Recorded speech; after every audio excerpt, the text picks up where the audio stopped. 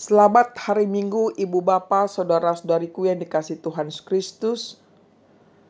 Marilah kita mempersiapkan hati dan pikiran kita untuk mendengarkan firman Tuhan yang menjadi khotbah pada minggu ini, Minggu Reminiscere. Kita mulai dengan saat teduh sejenak. Saat teduh dimulai.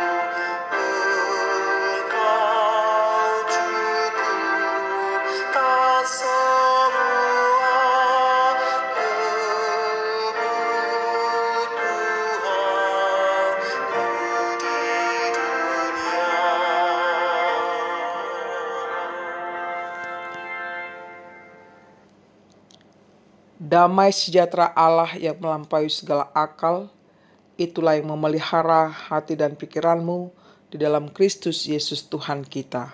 Amin. Ibu Bapa, Saudara-saudariku yang dikasihi Tuhan Yesus Kristus, marilah kita mendengarkan firman Tuhan yang menjadi khotbah pada Minggu Reminiscere ini, tertulis dalam kitab Roma, pasal yang keempat, dimulai ayat 13 sampai 25. Marilah kita dengarkan. Sebab bukan karena hukum Taurat telah diberikan janji kepada Abraham dan keturunannya bahwa ia akan memiliki dunia, tetapi karena kebenaran berdasarkan iman. Sebab jika mereka yang mengharapkannya dari hukum Taurat menerima bagian yang dijanjikan Allah, maka sia-sialah iman dan batalah janji itu. Karena hukum Taurat membangkitkan murka, tetapi di mana tidak ada hukum Taurat, di situ tidak ada juga pelanggaran. Karena itulah kebenaran berdasarkan iman, supaya merupakan kasih karunia, sehingga janji itu berlaku bagi semua keturunan Abraham, bukan hanya bagi mereka yang hidup dari hukum Taurat, tapi juga bagi mereka yang hidup dari iman Abraham, sebab Abraham adalah bapa kita semua. Seperti ada tertulis, engkau telah kutetapkan menjadi bapa banyak bangsa, di hadapan Allah yang kepadanya ia percaya, yaitu Allah yang menghidupkan orang mati, dan yang menjadikan dengan firman-Nya apa yang tidak ada menjadi ada.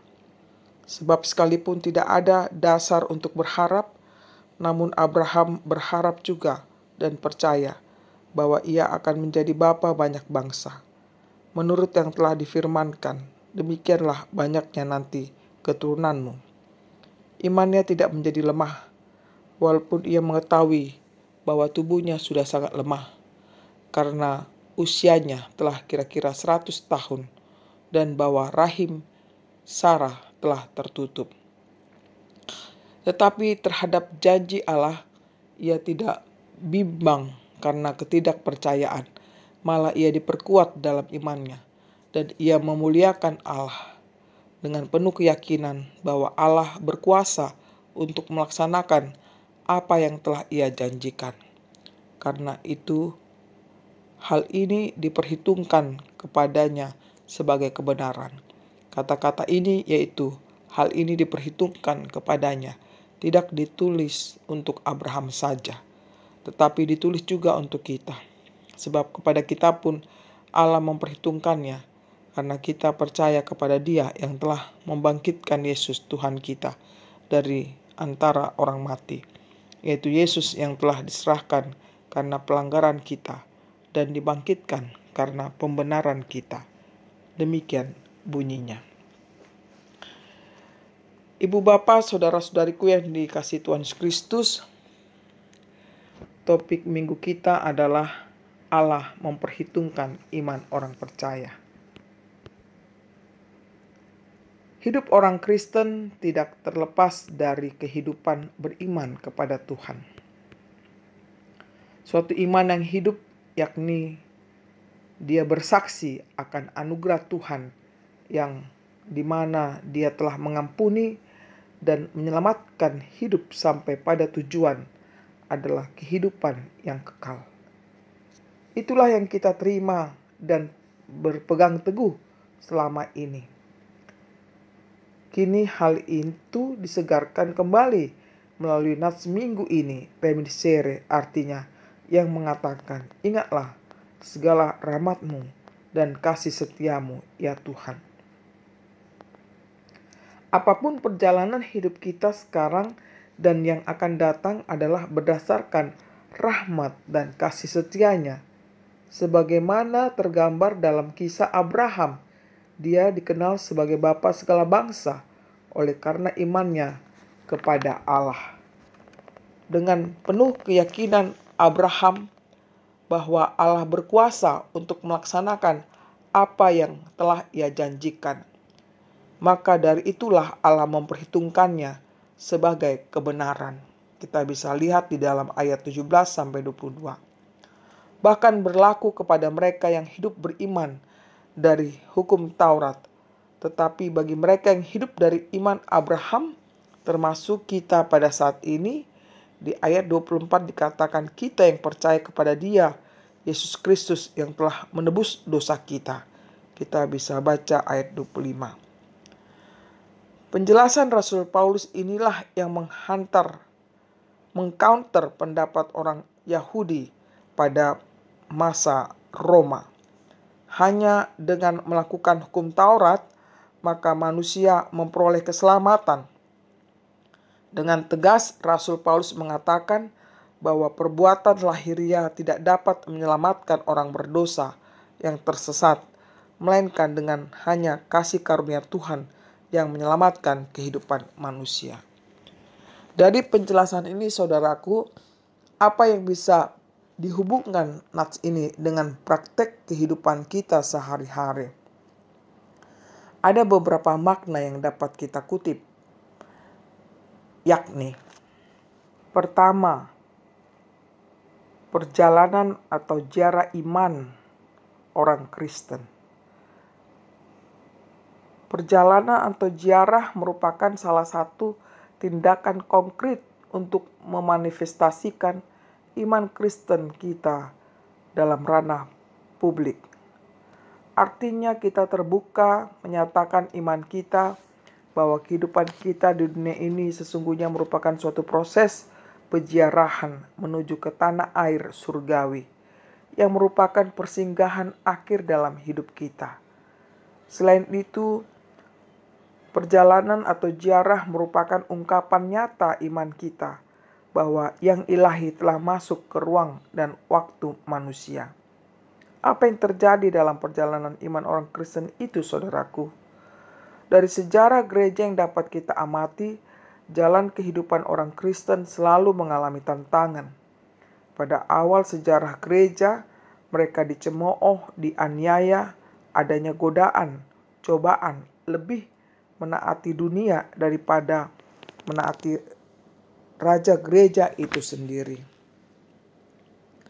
Kelangsungan kehidupan gereja ternyata tidak terletak pada usaha manusia, saudaraku, tetapi pada kasih setia Allah yang telah memanggil umatnya. Tuhan mempunyai tujuan mulia dalam memanggil umatnya, yakni agar menjadi berkat bagi dunia, sebagaimana yang telah dijanjikan Allah kepada Abraham dalam Kejadian 12 ayat 1-3 dikatakan dia akan menjadi bangsa yang besar, dia menjadi memberkati dan membuat nama masyhur, dan ketiga dia menjadi berkat bagi banyak orang. Menjadi anggota umat Allah berarti dikirim kembali dari terang kepada gelap untuk membawa belas kasihan Allah kepada mereka yang bukan umat yang percaya. Tujuan hidup orang Kristen sebenarnya adalah mengemban rencana penyelamatan Allah bagi manusia-manusia di dunia yang berlangsung terus hingga akhir zaman. Yang kedua, hidup itu adalah anugerah. Dengan mengimani hidup itu adalah anugerah, maka hidup kita dipenuhi dengan rasa sukacita dan damai dan bersyukur. Yang dimaksud sukacita itu adalah sukacita nyata ketika kita merasakan kehadirannya dalam hidup kita, sekalipun dalam duka cita, karena Kristus berjanji bahwa kegembiraan kita tidak akan dirampas oleh siapapun. Kita bisa lihat dalam kitab Yohanes 16 ayat 22. Kemudian damai. Damai itu terjadi bila ada rekonsiliasi, bila ada pengampunan, mengampuni sesama. Pengampunan itu bukan suatu pilihan, melainkan sebuah perintah. Kita bisa baca dalam Efesus 4 ayat 32. Tuhan Yesus telah menjalin hubungan antara pengampunannya kepada kita, pengampunan kita kepada orang lain, demikian dalam Matius 18 ayat 35. Dialah Tuhan kita mau membebaskan kita dari segala rasa benci, dendam, dan dengki. Demikian juga kita juga bersedia untuk mengampuni orang yang bersalah kepada kita. Yang ketiga, bersyukur. Dengan menerima anugerahnya, maka hidup ini harus bersyukur dalam segala hal. Kita bisa baca dalam Filipi 4 ayat 6. Bersyukur dengan memberi kepada orang lain. Berbahagialah orang yang memberi daripada menerima.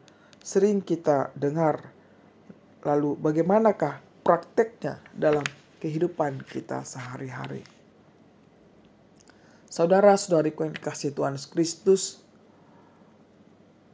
dalam nats ini kita dituntun untuk mengutamakan kehidupan itu bukan dari aturan yang tidak menghidupkan, tetapi kita mengutamakan kehidupan itu dalam perjalanan iman kita kepada Tuhan, bahwa Dialah yang memberikan anugerah kasih karunia-Nya, pengampunannya kepada kita. Itulah yang menjadi landasan kehidupan kita sampai akhir zaman. Kiranya dalam Minggu Reminiscere ini kita hidup di dalam kasih karunia Tuhan, supaya kita tetap mensyukuri kehidupan ini. Dengan Minggu Reminiscere kita memohon kepada Tuhan, kiranya belas kasih Tuhan tetap untuk selama-lamanya. Selamat memasuki Minggu Reminiscere.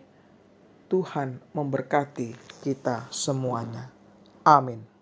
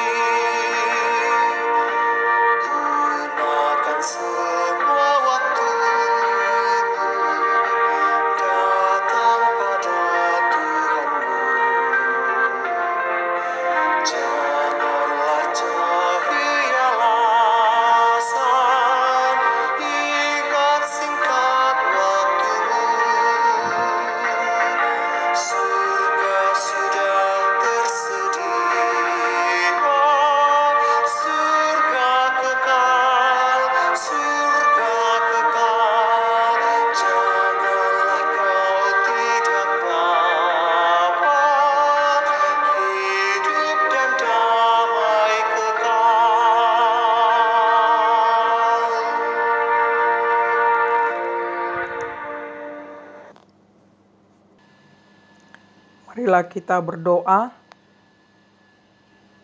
Bapa di surga, Bapa yang kami sembah dalam Yesus Kristus, kami sungguh bersyukur Tuhan buat firman-Mu yang telah kami dengar pada minggu ini, di mana berbicara tentang Engkau memperhitungkan iman orang percaya. Tuhan, siapakah kami ini? Kami adalah orang berdosa yang telah Engkau tebus dan Engkau selamatkan Tuhan. Oleh karena itu kami bersyukur mempunyai Allah yang peduli terhadap kehidupan kami. Engkau senantiasa hidup di tengah-tengah kehidupan kami yang menghadapi banyak masalah, banyak problem, banyak kesulitan.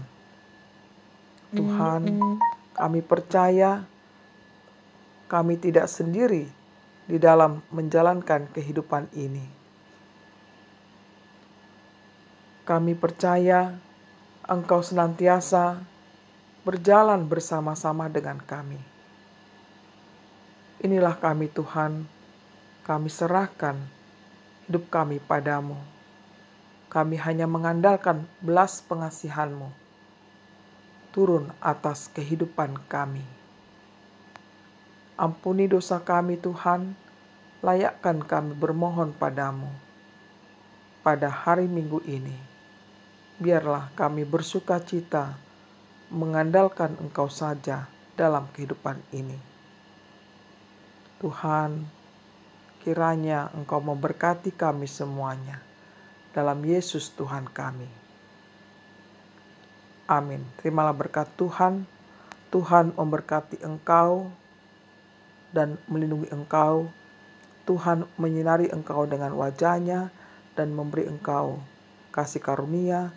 Tuhan menghadapkan wajah-Nya kepadamu dan memberi engkau damai sejahtera. Amin.